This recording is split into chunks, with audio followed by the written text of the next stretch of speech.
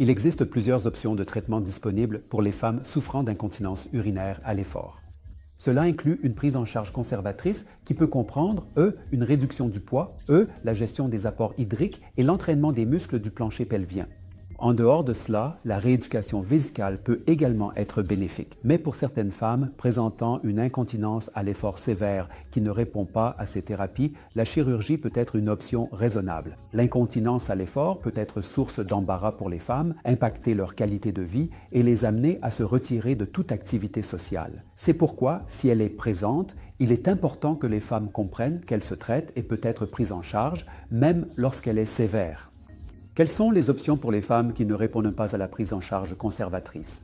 Chez ces femmes, il existe des options telles que les procédures de bandelette sous-urétrale, la bandelette mi-urétrale ou la colposuspension de Burch. Chacune de ces trois procédures est très efficace et offre des résultats durables à long terme chez la plupart des femmes, mais elles présentent des profils différents selon les patientes pour lesquelles elles sont le mieux adaptées et chacune comporte certaines implications à long terme que les femmes doivent connaître.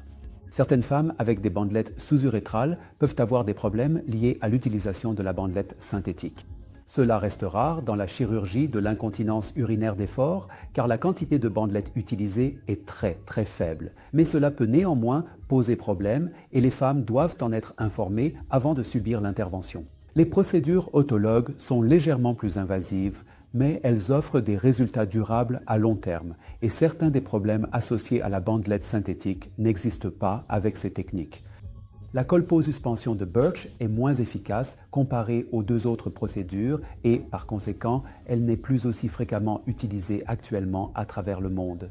Ainsi, les procédures couramment utilisées sont les bandelettes sous-urétrales et les bandelettes autologues, toutes deux très efficaces et offrant des résultats durables.